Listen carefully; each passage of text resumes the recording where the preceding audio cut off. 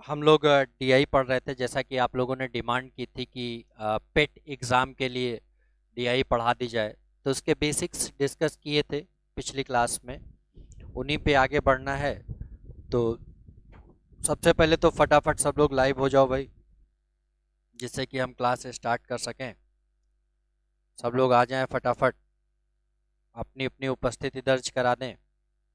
और जो लोग आ चुके हैं वो भाई ये देखिए, आपका फिगर मैंने बना दिया है, इसको देख लें, कॉपी पे अपने कॉपी कर लें, फिर हम इन पे क्वेश्चंस आंसर शुरू करते हैं। स्क्रीन पे आपको क्वेश्चंस वो फिगर बना दिया है मैंने, डीआई का दिख रहा होगा। देखिए यहाँ पर जो दिया गया है, ठीक है, ये एक कॉम्बिनेशन की डीआई है, ठीक है। और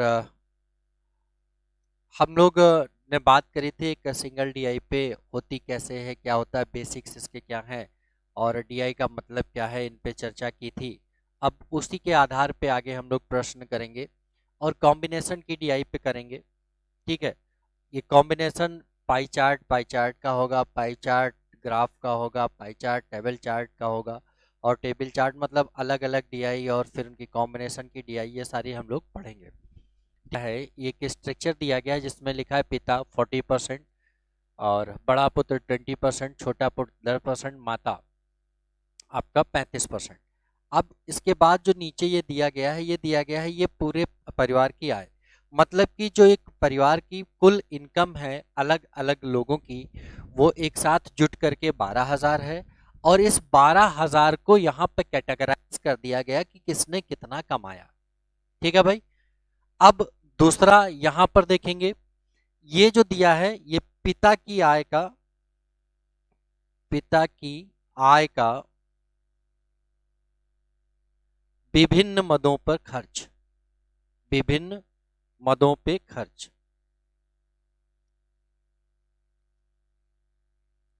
पर खर्च का प्रतिशत, ये आपको दिया गया है, ठीक है। मतलब कि पिताजी जो भी वहां से कमा करके लाएंगे वो इन विभिन्न मदों पर यहाँ पर ये खर्च कर देंगे, जिसमें 23% यातायात है, 20% भोजन है, 18% वस्त्र है, 19% आवास रेंट है, 5% शिक्षा है और 15% अन्य है, ठीक। तो पिता की आय का इस तरह से विभिन्न मदों पर यह खर्च हो गया भाई। तो आप लोग ये स्ट्रक्चर बना लें अपनी कॉपी पर, फिर उसके बाद हम लोग इस पे क्वेश्चन स्टार्ट करेंगे और देखेंगे इनका आपस में लिंकअप कैसे है, कैसे ये दोनों आपस में संबंधित हैं।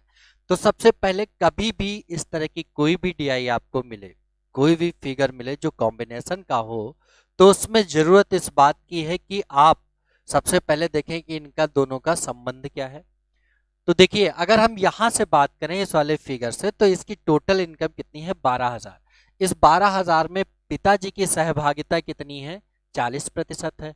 और वही जो 40% यहां से उठ करके जाएगा यहाँ पर, वो पूरी पूरी इनकी क्या हो जाएगी, खर्च हो जाएगा। यानी कि पिताजी ने जो भी कमाया, ये 40% का स्ट्रक्चर यहाँ जा करके पूरा 100% हो जाता है, और ये 40% किसका होता है, पूरे परिवार का, ठीक है भाई। तो अब ये पूरे परिवार की इनकम 12,000 है, आप लोग समझ चुके होंगे, यहाँ पे लिख दे रहे हैं, ठीक, इसको लिख दे रहे हैं कुल आय, और ये नीचे का स्ट्रक्चर हम हटा दे रहे हैं। और यहाँ पर हमने बता दिया है पहले ही कि पिता की आय का विभिन्न मदों पर खर्च है, ठीक है।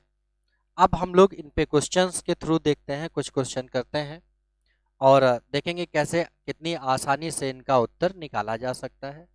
बहुत आसान है दोस्तों, ये देखने में लगता है कि थोड़ा सा टफ हो गया, और कुछ नहीं होता है इसमें, हर एक सवाल विद इन सेकेंड आप इसका कर सकते हैं, ठीक है भाई।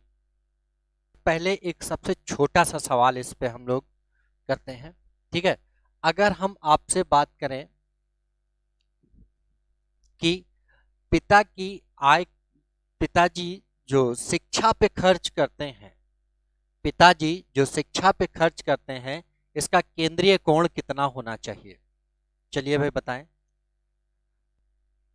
ठीक है। तो बताएं भाई इसका केंद्रीय कोण कितना होगा, पिताजी के द्वारा अन्य मदों पर किया गया खर्च का केंद्रीय कोण कितना होगा। और ये इनकी आय का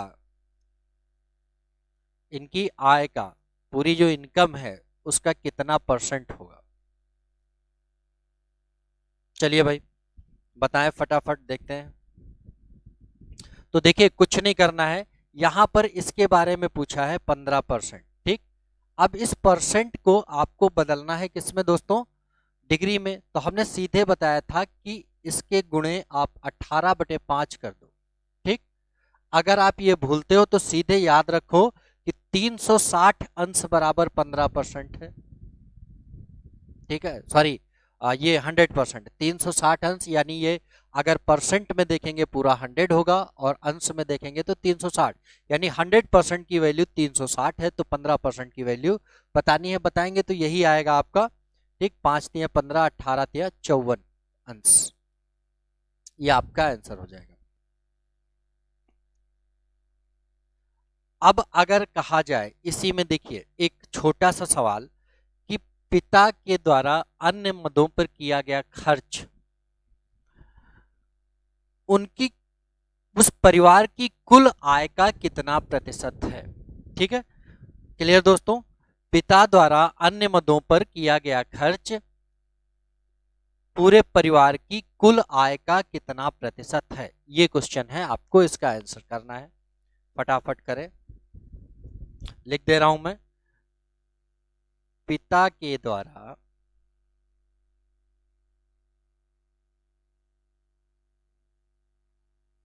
अन्य मदों पर किया गया खर्च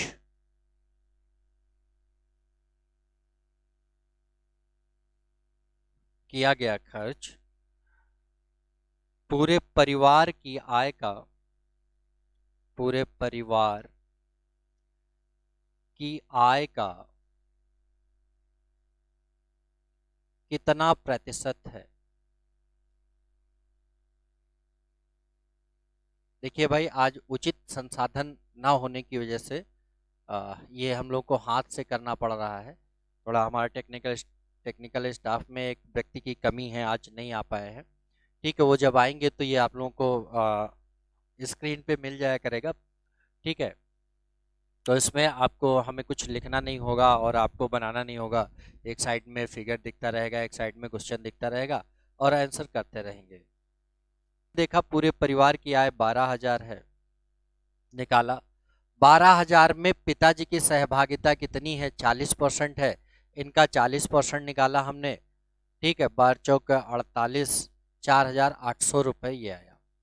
ठीक है, अब ये जो 4,800 है उस इस डीआई के लिए पूरा 100% हो जाता है, और जिसका 15% अन्य मद पे है, तो हम लोग क्या करते हैं 4,800 का 15% निकालते हैं। ठीक है, तो ये परसेंट साइन हटाया, बटे 100, 0 0 खत्म, 15 8 120, 12 15 चौके 60, 70 72, 720 रुपये ये आया। ठीक, तो अब देखा पिताजी का अन्य मद पे खर्च आया 720 रुपये, और इनकम है उनकी 4800 रुपये। फिर देखते हैं कि ये 720 कितना प्रतिशत है, 4800 का 4,800 का गुणे 100, ऐसे निकालने की कोशिश करते हैं। 48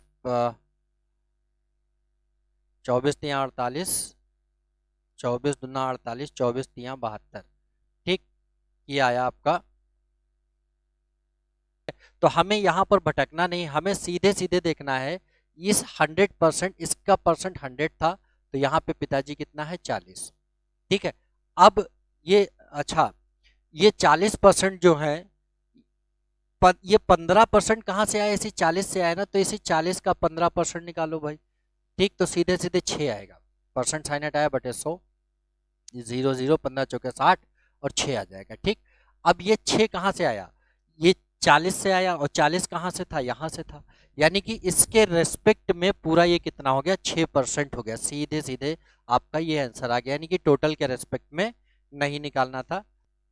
बताओ भाई, पिता अपनी आय का यातायात की तुलना में कितने रुपए कम वस्त्र पर खर्च करते हैं, को निकालने की जरूरत नहीं, यहाँ सीधे सीधे देखो 23% से 18% कितना कम है, क्योंकि ये दोनों परसेंट वैल्यू के लिए कॉम्परेटिव नंबर सेम, यानी पूरी यही डीआई है, इसलिए डायरेक्ट हम ये निकाल सकते हैं कितना परसेंट है, 5%।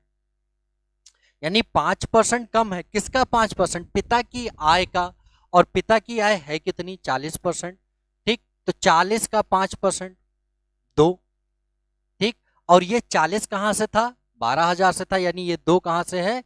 12,000 से। यानी 12,000 का 2% फटाक से निकाल दो, 240 रुपए। ये आपका आंसर। परसेंट से 2 जीरो खत्म, 12 दुना 24, 240 रुपए ये आपका हो जाएगा। ठीक है भाई। भोजन पर किया गया खर्च, पिता द्वारा भोजन पर किया गया खर्च छोटे पुत्र की आय से कितने रुपए कम है? बताओ भाई। छोटे पुत्र की आय से कितने रुपए कम है?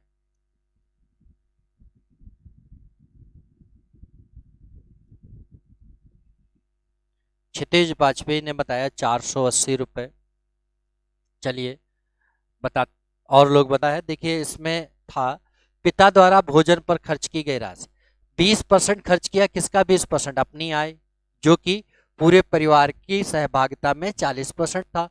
तो 40 का 20% निकाला, कितना आया? 8। 8% ये है। और छोटा बेटा कितना है भाई मेरे? 10%। तो इनका अंतर कितना है? 2%। ठीक है। अब ये 8% 40 से आया, तो ये 40 यहां से इस टोटल से था, यानी 8 भी इस टोटल से हो गया और छोटा बेटा भी इसी टोटल से है। इसलिए डायरेक्ट इनका अंतर निकाल लिया 20, और हमने निकाल दिया 12,000 का 2%, 240 रुपए। ठीक है। तो आपका आंसर जो आया 240 रुपए बिल्कुल सही था। क्या लिखा है? आ, बड़े पुत्र की आय छोटे पुत्र की आय से कितने रुपए अधिक है, तथा यह राशि पिता द्वारा अन्य मदों पर किए गए खर्च से, पिता द्वारा अन्य मदों पर किए गए खर्च से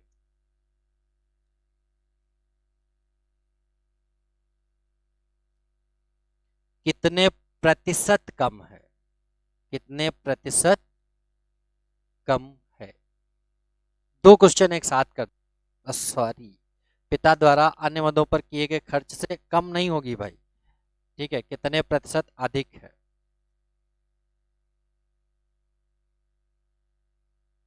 कम नहीं, थोड़ा सा गलत लिख गया था, कम नहीं होगा, अधिक होगा। अब कुछ लोग कहेंगे इसीलिए तो आंसर गलत हो गया था, कोई बात नहीं, अब फिर से सही कर लो। ठीक है भाई। तो सबसे पहले तो इसने बहुत बुद्ध से सवाल दे दिया कि बड़े बेटे की जो इनकम है वो छोटे बेटे से कितनी अधिक है। भाई यहीं पर देखो आप, कितना अधिक है? 10%। किसका 10%? इस पूरे स्ट्रक्चर का। ठीक है, क्योंकि ये परसेंट वैल्यूज पूरे स्ट्रक्चर के लिए हैं, और पूरा स्ट्रक्चर है कितना? 12,000। तुरंत 12,000 का 10% निकाला आपने, बटे 100। ठीक, ये खत्म। ये आपका आंसर आ गया 1,200 रुपए। एक तो ये सही, पहला आंसर ये सही हो, पहला आंसर। दूसरा कह रहा है तथा यह राशि पिता द्वारा अन्य मदों पर खर्च की गई राशि, पिता द्वारा अन्य मद पे कितनी खर्च की गई है? 15%। किसका 15% है मेरे भाई? उनकी आय का। और उनकी आय है कितनी? 40%। ठीक है, टोटल के रेस्पेक्ट में वहां 40%, 40 का 15% निकाला हमने, आया 6। अब ये 6 40 से आया, 40 कहां से था? यहां से, टोटल से। ठीक, ये 40 है और ये अंतर 10 है। इसको बताना है, ये 40 का 15% 6। अब 6 भी इस टोटल से है और ये 10 भी टोटल से है, तो सीधे सीधे बता देना है कि कितना कम है इससे। ठीक है, कितना कम है? 4। कहां से कम है? 10 से। ठीक है, सॉरी, कितना अधिक है ये पूछा गया ना। ये यह राशि जो है इनसे, इस वाले खर्च से कितना अधिक है? कितना अधिक है भाई? 4 अधिक है। कहां से? 6 से। कितना परसेंट अधिक है? ठीक है, 2 दुना 4, 2 तिया 6। तो आपका आया 200/3 या 66/2/3%। 66 सही। अगले सवाल की तरफ बढ़ते हैं। अब देखिए अगला सवाल, देखा जाए भाई। देखो,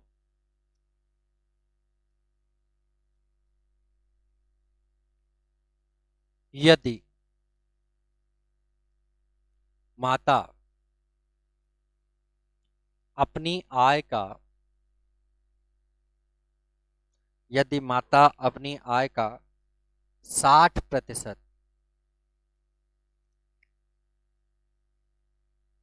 सौंदर्य प्रसाधन, यदि माता अपनी आय का 60% सौंदर्य प्रसाधन की वस्तुएं खरीदने में खर्च करती हैं, वस्तुएं खरीदने में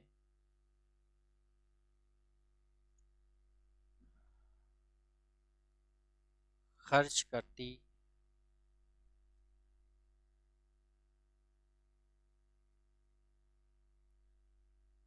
तो कितने रुपए बचा लेती हैं, कितने रुपए बचा लेती हैं?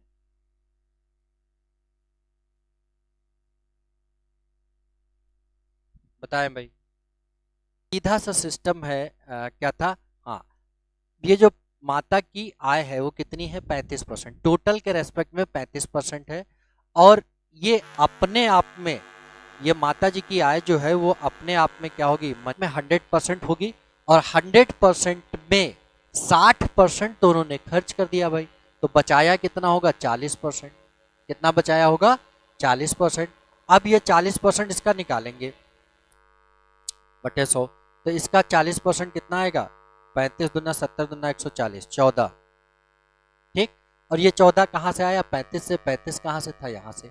यानी कि सीधे सीधे 12,000 रुपए का 14% आप निकाल दें। परसेंट साइन हटाया बटे 100, जीरो खत्म। 14 दूना 28, 14 एकम 14, 2